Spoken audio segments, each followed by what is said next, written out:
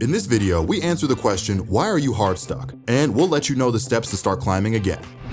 What's going on, guys? It's Sergeant Frost, and welcome back to another video. If you're watching this, you probably feel like you're stuck in a rank unable to improve. Or maybe you're just curious about what we have to say.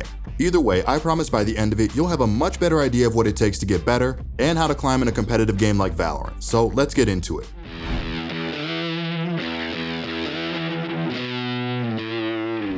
Being hard stuck is something a lot of people can relate to. You've set a goal to be gold, platinum, or immortal by the end of some period. And let's be honest, that period has long passed and with very little to no progress. Stating goals is a good thing. By telling yourself or even those around you that you want to reach something, you can begin taking the steps to get there. But just stating a goal on its own won't automatically ensure a good end result. Maybe you wanted to be diamond by the end of the summer break. You played a lot of games to try to get there but only saw very small variations in your rank.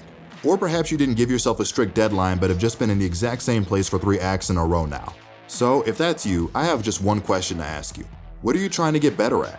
For a lot of people, especially those that find themselves unable to rank up, the answer is a simple Valorant. And honestly, that's kind of a problem. When you have a goal as wide as getting better at Valorant, it's very hard to know what steps you should take. But if you have a simpler goal like, oh, I want to improve my aim, then the next step becomes a lot clearer. Okay, let's set up a playlist on aim labs. Make sure to include some good scenarios that are challenging and not overly difficult. And after a week of consistent practice, you'll have a higher average as well as higher scores. When you have a clear goal in mind, the process of improving makes more sense. Your progress is much more noticeable, and improvement is more efficient. If you just mindlessly spam games because you want to improve, you can still get better. But it's not efficient, and it's probably what you're doing wrong if you consider yourself hard stuck. Of course, if you're a new player and you find yourself on the lower end of the rank ladder, there's a whole lot of goals to choose from. You can learn setups or cool plays from your preferred agent. You can work on your crosshair placement, your movement, your aim, your gunplay, and even that you can divide into subcategories like spraying, bursting, and tapping. The more specific your goal is, the easier it is to find out what steps you should take to improve.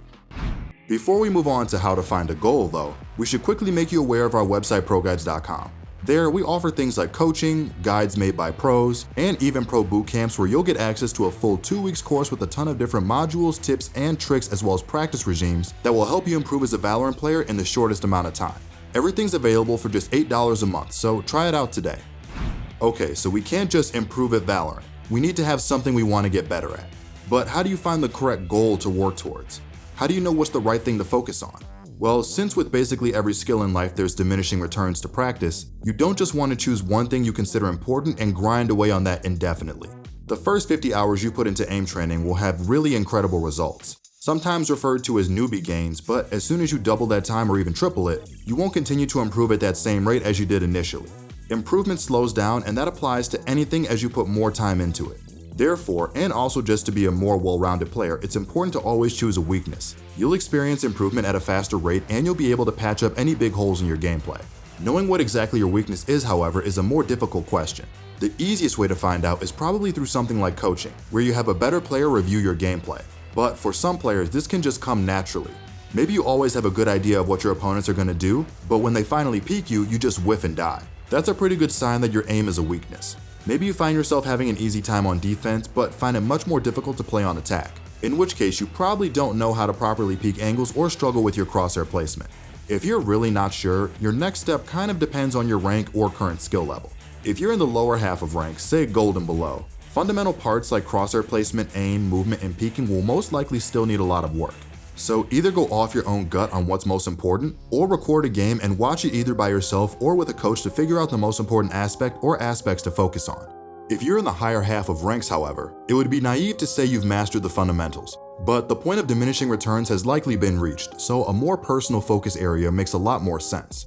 Luckily, when you've had more experience playing, you also likely have a better idea on what exactly your strong suits and what are the things you probably should still work on are too. So that makes choosing a goal a lot more doable. Personally, I've always been a really bad AWP player. I didn't like using the weapon, and I never tried getting good at it, and for the longest time was kind of okay with me not being able to use the weapon.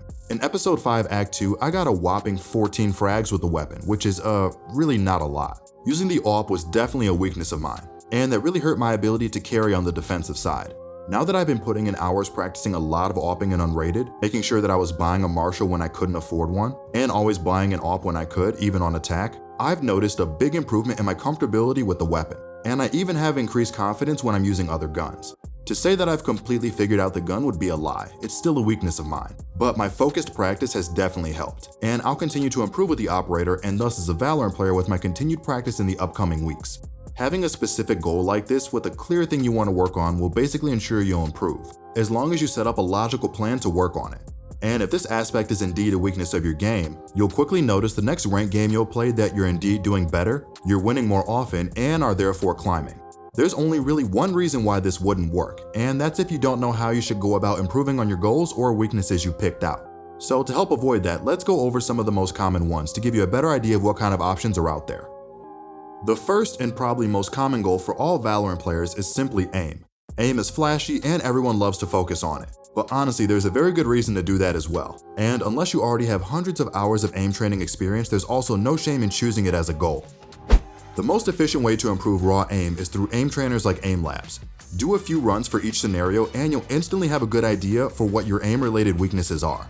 Try to get a balanced rank that's similar in each of the categories. But if you only play Valorant, you can and probably should lay emphasis on the flicking scenarios, as those scenarios are more closely related to our beloved game.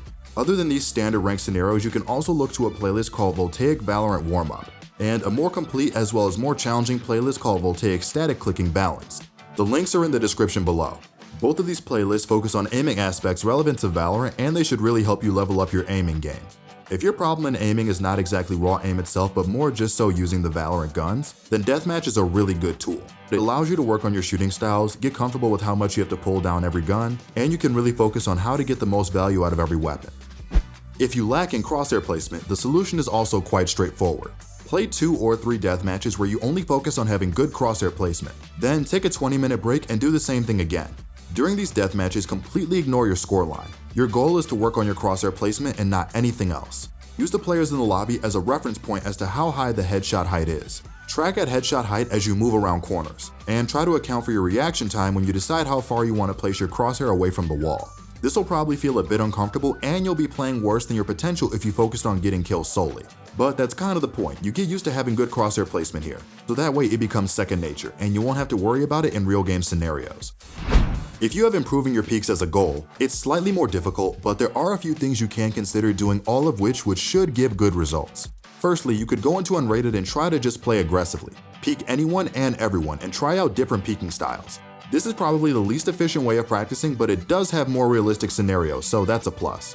If you want to be more efficient, you can also try being a bit cringe and really playing off of sound in deathmatch. Listen for footsteps and try to peek players in the best way based off of the sound cues you're receiving.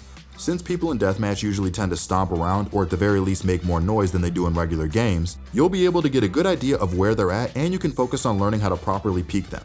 Just make sure that you effectively counter-strafe and focus on first bullet accuracy, and also pay close attention to your pre-aim when you go for peeks.